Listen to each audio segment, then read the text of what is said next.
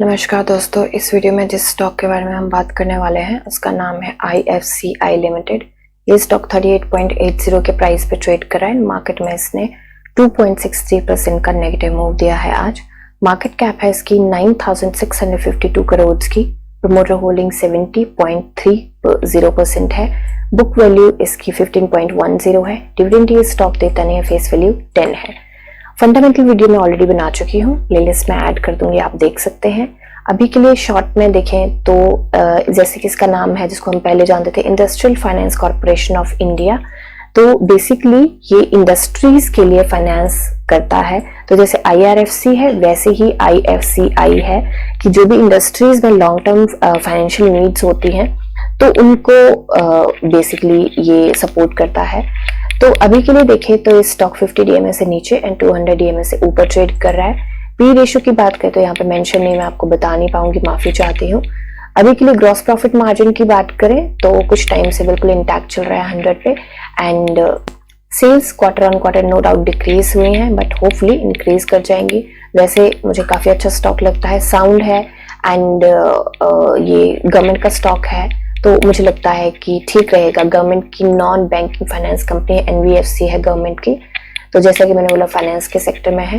तो अभी के लिए देखें तो ये स्टॉक काफी टाइम से इसी रेंज में ट्रेड कर रहा है एंड इसका मतलब होता है कि स्टॉक ब्रेकआउट देने के लिए उतावला बैठा हुआ है। बट ये वाली जो रेजिस्टेंस है ये ब्रेक नहीं कर पा रहा क्योंकि इसका प्राइस बैंड जो है वो भी 5% का है। बट यहाँ पे एक छोटी सी इंप्रूवमेंट अगर हम देखें तो ये वाला जो पॉइंट है इसको अब ये बना चुका है सपोर्ट, जो कि बनता है जस्ट अ सेकेंड, एक तो ये स्टेबल नहीं हो पा रहा 38.80 जिस पे अभी ट्रेड कर रहा है। इसको ये कहीं ना कहीं सपोर्ट बना चुका है। थोड़ा सा जूम करके हमने देखा है तो इसको थोड़ा सा नीचे लेके चलते हैं। अभी मुझे लगता है ये इसने सपोर्ट बनाया 38.35 को इसने सपोर्ट बना लिया है एंड मुझे लगता है कि ये वाला अब स्ट्रांगली इस पे बिहेव करेगा एंड यहाँ से ही ये मूव लेगा।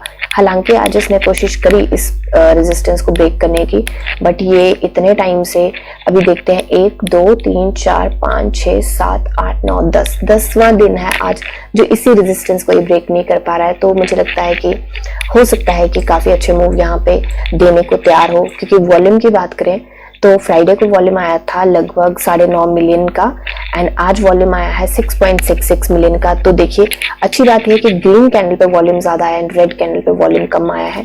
तो ये भी एक मतलब वैसे देखा जाए तो शॉर्ट टर्म में बोल देंगे कि शॉर्टकट में बोल देंगे कि वॉल्यूम कम हुआ है, बट ये भी तो देखना चाहिए कि किस कैंडल पे वॉल्यूम कम हुआ है।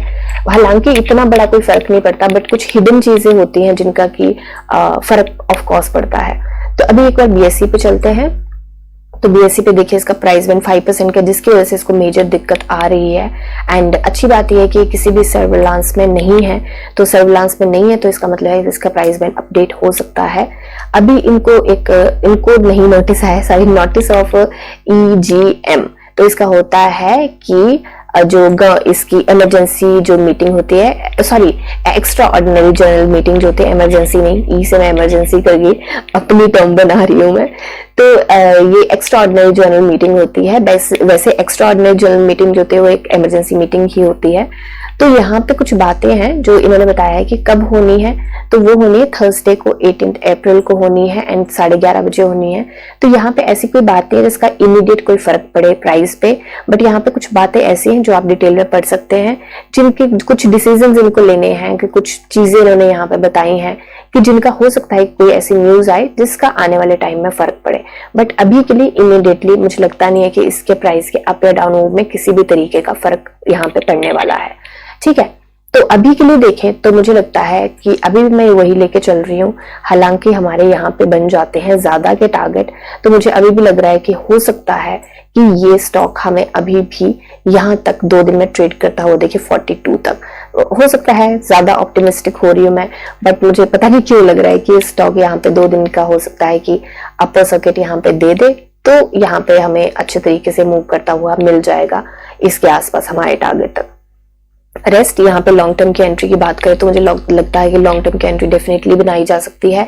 हालांकि शॉर्ट टर्म की एंट्री जो मैं ये नहीं बोलूंगी, मैं कभी भी इमीडिएटली जाके शॉर्ट टर्म की एंट्री नहीं बनाती, बट मुझे ये लग रहा है कि यहाँ पे ये देने वाला है हमें पोलैरिटी चेंज।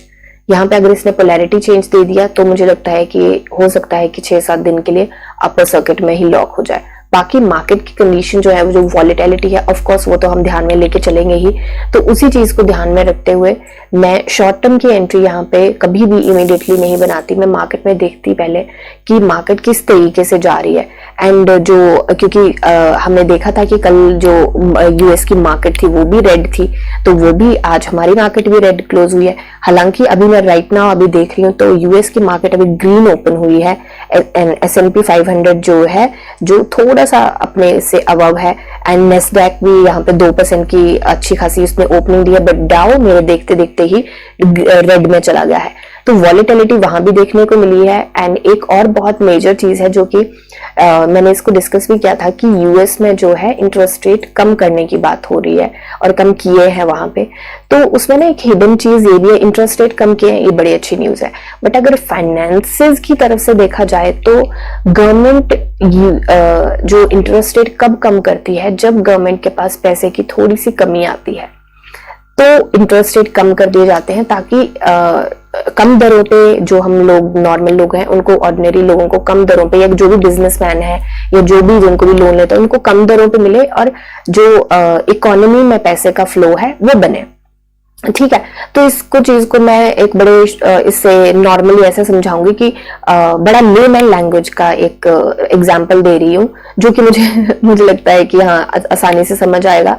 तो जैसे ही कोई आदमी अमीर हो जाता है तो किसी को भाव नहीं देता है वो, है ना, तो हवा सी खराब हो जाती है। तो वो वाली बात है कि जब थोड़ा सा तंगी आने लगती है तो प्रेफरेंस दी जाती है लोगों को। तो यहाँ पे मैं ये नहीं बोल रही कि गवर्नमेंट गलत करती है या कुछ करती है, ऐसा कुछ भी नहीं है। This is how things work, this is how world works, and सारी चीजें ऐसे ही चलती हैं। तो कोई गवर्नमेंट बुरा नहीं करती, कोई अच्छा नहीं करती, हर एक का एक फाइनेंसेस रन करने का तरीका होता है। तो यूजुअली मैं बता रही हूँ कि ऐसा होता है। तो बेसिकली अगर देखा जाए तो ये बहुत अच्छी न्यूज नहीं है, क्योंकि गवर्नमेंट के पास पैसे की तंगी है एंड इलेक्शंस आ रहे हैं। यूएस की बात कर रही हूँ, इलेक्शंस हैं एंड पैसे की तंगी है, तो अभी इंटरेस्ट रेट्स कम किए गए हैं वहां पे।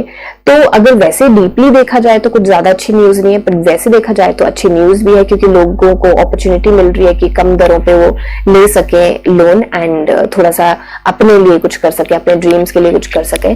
तो उन सारी चीजों को ध्यान में रखते हुए मुझे ये भी लग रहा है कि वॉलेटिलिटी मार्केट में जरूर रह सकती है। एंड वैसे इलेक्शन का टाइम है तो वॉलेटिलिटी ऑब्वियस है। तो अभी के लिए देखे तो मैं शॉर्ट टर्म की एंट्री यहाँ पे मार्केट में देखूंगी कि यूएस की market, Nasdaq, S&P 500, Dow Jones किस तरीके से बिहेव किया है, उसी चीज को देख के ही बनाऊंगी। ठीक है, एंड रिस्की जरूर है एंट्री यहाँ पे। सेकंड, लॉन्ग टर्म की एंट्री मुझे लगता है यहाँ पे बनाई जा सकती है लॉन्ग टर्म की, क्योंकि ये जो सपोर्ट है ना, मुझे लगता नहीं है इससे नीचे अभी स्टॉक जाएगा। ये 37 का जो इसका सपोर्ट है, अब इसके नीचे तो मुझे लगता नहीं स्टॉक जाएगा, तो रिवर्सल ही मिलना है। एंड RSI अब कहाँ जाके कुएं में घुसेगी, तो इसलिए मुझे लगता है कि रिवर्सल मिलना ही है अभी। एंड यहाँ पे हो सकता है हमें पोलैरिटी चेंज देखने को मिले। एंड वैसे भी स्मूथ एंड मूविंग एवरेज को RSI के लाइन ने कट किया है, तो मुझे लगता है कि रूम तो बनता है यहाँ पे एक मूव का। ठीक है, तो ये मेरी एनालिसिस है, कोई बाय सेल होल्ड की रिकमेंडेशन है। आप अपनी एनालिसिस कीजिए, जानिए समझिए पढ़िए और फिर इन्वेस्ट करिए। मिलते हैं नेक्स्ट वीडियो में, तब तक के लिए शुक्रिया एंड हैप्पी इन्वेस्टिंग।